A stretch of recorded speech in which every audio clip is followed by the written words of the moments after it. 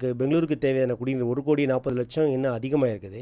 இந்த பாப்புலேஷன் கிட்டத்தட்ட ஒரு கடந்த 5-6 வருடங்களில் வந்து 70,00,000 1,40,00,000 ஆயிடுது, டபுள் ஆயிடுச்சு.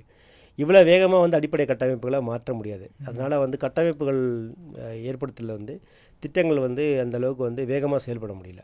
அதனால் என்ன பண்ணோன்னா, கடந்த வருஷத்தில் 2024 வருடத்தில் ஏற்பட்ட தண்ணீர் பிரச்சனை வந்து 2025 வருஷம் ஆகக்கூடாதுன்றதை வந்து நாங்கள் ரொம்ப கவனமாக இருந்தோம்.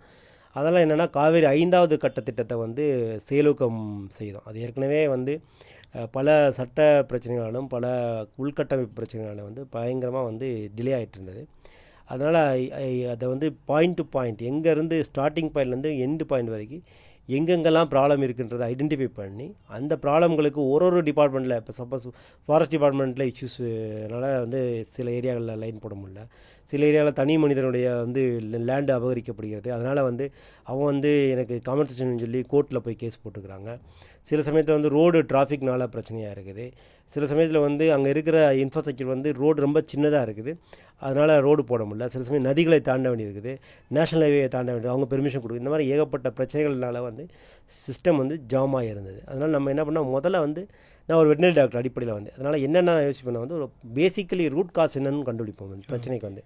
எப்பவுமே வந்து பிரச்சனை மேலேருந்து சால்வ் பண்ணால் கண்டிப்பாக வந்து அப்போதைக்கு சால்வ் ஆகும்.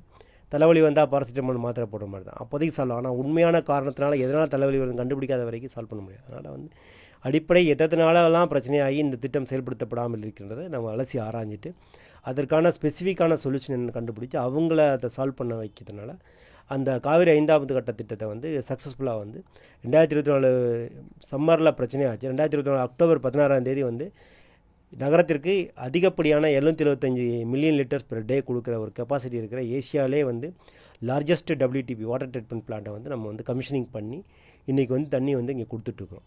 இதனால் என்னாச்சுன்னா, கடந்த வருடங்கள் இருந்த அந்த 700 MLD டிஃபிசிட் வந்து இப்போ வந்து சரி செய்யப்பட்டிருக்கிறது. அதனால் வந்து பிரச்சனையை அந்த அளவுக்கு இல்லாமல் இப்போ கண்ட்ரோல் பண்ண முடியுது. இல்லைனா இன்றைக்கி வந்து இது இன்னும் அதிக அளவில் பிரச்சனையாக மாதிரி இருக்கும். இந்த திட்டம் வந்து கிட்டத்தட்ட இன்னொரு 10 வருடங்களுக்கு வந்து இந்த பெங்களூரு நகரத்துக்கு வந்து குடிநீர் போதுமான அளவு குடிநீர் குடிக்கும். ஆனால் அதுக்கப்புறம் என்ன பண்ணுன்றதை இப்போயே யோசிக்க ஆரம்பிச்சிருக்கோம். 6வது கட்ட திட்டத்துக்கும் வந்து DPR ரெடி பண்ணிருக்கிறோம்.